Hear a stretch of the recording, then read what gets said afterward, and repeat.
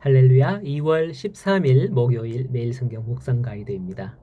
오늘 말씀은 누가복음 2장 41절에서 52절의 말씀입니다. 제 아들이 지금 공익 근무 중인데요. 지적장애인 보호시설에서 근무하고 있습니다. 뭐 이런 거 공개해도 되나 모르겠네. 군기밀아인가?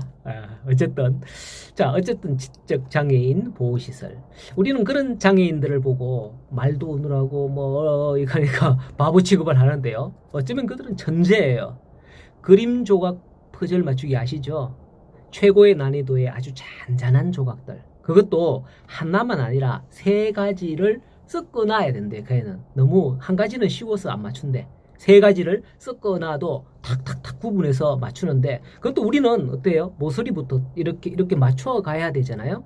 근데 이 아이는 안쪽 거부터 아무거나 툭툭툭 놓으면서 맞춘답니다. 이 방면에서는 과히 천재라고 우리 아들이 놀랐습니다.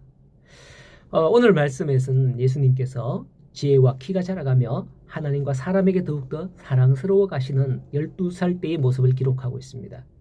예수님의 유년기 시절을 알려주는 귀한 자료가 되죠. 이런 예수님께서는 다른 보통의 아이들보다도 특별하게 성장한 걸까요? 초대교회 영지주의자들은 그리스도의 육체는 실제로 있었던 게 아니라 환상이라고 주장했습니다. 왜냐하면 영지주의자들은 영은 선하고 육체는 악한 것이다, 이렇게 생각을 했기 때문이에요. 그래서 거룩한 하나님의 아들이 실제로 더러운 인간의 몸을 지니고 이 땅에 올 수가 없다라고 생각을 한 거죠. 아니에요.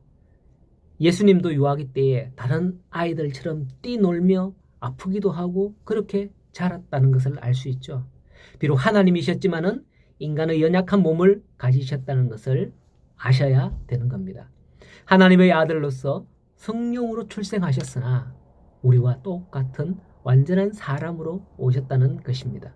그래서 거룩한 하나님이 인간들의 그 모든 고통을 체휼하셨고 인간을 대표하여 죄 없고 흠 없는 대속제물이 될 수 있었던 거죠. 오늘 내용은 예수님께서 12살 되던 해에 예수님과 가족들 친지들은 예루살렘을 방문해서 유월절을 예배했다고 나오는데 해마다 그렇게 방문했다고 합니다.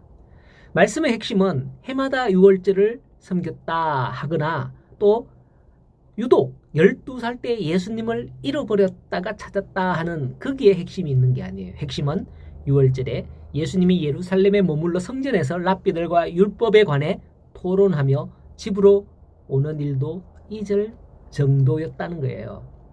이 일 때문에 다음 일이 벌어지는 거죠. 유월절 예식을 마친 후 집으로 하룻길을 간 후에야 예수가 안 보인다는 것을 눈치챈 거죠. 혹시 무슬림들이 라마단 기간에 이렇게 몰려든 그 군중, 그 인파들 TV에서 보도하는 그런 거 보셨어요? 야, 완전히 얼마나 많은지요. 발 디딜 틈이 없더라고요. 모르긴 몰라도 해마다 아마 지금 이 6월절에서도 마찬가지로 각지에서 몰려든 유대인 군중이 그런 모습이 아니었겠나 그렇게 싶습니다. 그러니 부모는 그 인파에서 혹여나 잃어버리거나 어떤 사고를 당한 줄 알고 얼마나 걱정이 되었겠어요. 그렇기 때문에 찾으면서 수소문하며 다시 돌아가는 길은 하루길 갔는데 사흘길을 걸렸어요. 다시 돌아가는 길은 하루 가고 찾아서 다시 사흘길을 갔다는 거죠. 그 정도면 여기저기 다 뒤지며 갔다고 봐야 됩니다. 하나님의 아들을 맡았는데 그 책임을 다하지 못하면 어떤 심정일까요? 단순히 내 아이를 잃어버린 게 아닌 거예요. 지금 이렇게 사흘 후 성전에서 아이 예수를 찾습니다.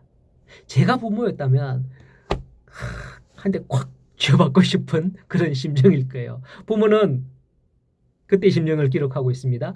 아이야, 어찌하여 우리에게 이렇게 하였느냐? 보라, 내 아버지와 내가 근심하여 너를 찾았노라 라고 성경에 기록하고 있죠. 이 놀란 가슴을 쓸어내리며 이 말을 한 거예요.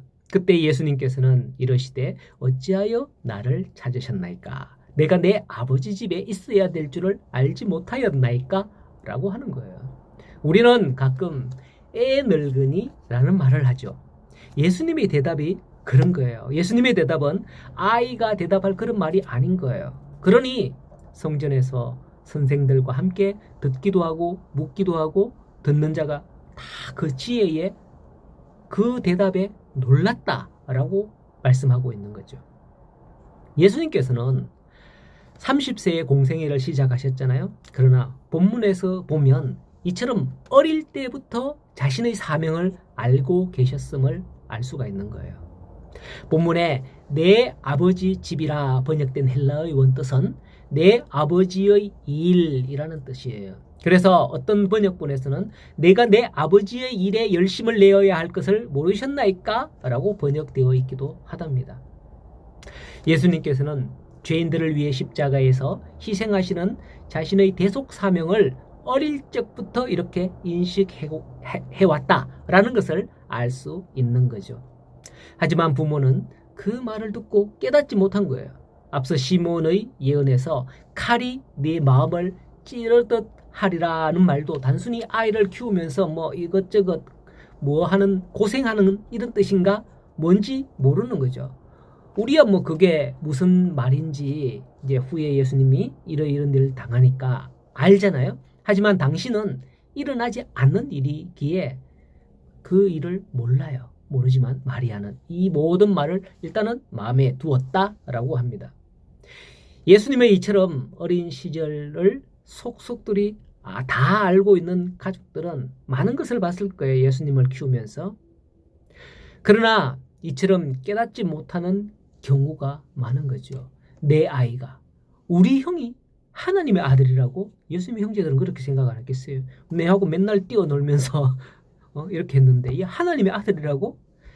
이런 일들을 속속들이 다 알고 있다면 오히려 더 못 믿는 경우가 많지 않겠습니까?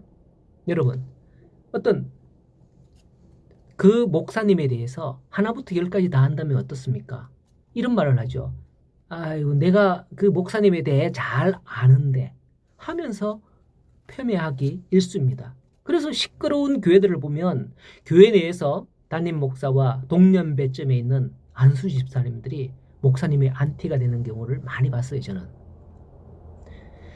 어쨌든 예수님도 공생애 사역을 할 때 그런 일들이 많았답니다. 마태복음 12장에 보면 바알세불 논쟁이 있었을 때에 예수가 미쳤다면서 사람들이 그리 말하고 예수의 어머니와 형제 자매들이 예수를 붙들러 왔다라고 그렇게 기록되어 있어요. 뿐만 아니라 예수님께서 고향에 가서 복음을 전하려고 했었습니다. 그때에 고향 사람들은 예수님에 대해서 잘 아는 고로 믿지 않았다라고 기록하고 있거든요. 네 어머니는 말이야, 네 자매는 우리와 함께 있지 않느냐, 뭐 이러면서 그렇게 믿지 않으니까 거기서는 소수의 병자만 고치고 물러났다라는 말씀도 있죠. 예수에 대해서 얼마만큼 아느냐, 그게 중요한 게 아니죠. 그러니까 예수님을 얼마만큼 경험하여 알아가느냐, 그게 중요한 거예요. 마지막 절에 예수님은 지혜와 키가 자라가며 이렇게 하나님과 사람에게 사랑스러워 가시더라 하셨습니다. 우리도 이처럼 예수님의 말씀과 함께 자라가며 하나님의 은혜 안에 성장하게 되기를 소원합니다. 그래서 내가 그때 봤던 예수님은 바로 이런 분이야 라는 고백이 있어야지. 예수 내가 알아 이러면서 예수님은 뭐 이러셨고 뭐 동정녀의 몸에서 태어났고 뭐 이러면서 그거 하는 게 그게 중요한 게 아니죠.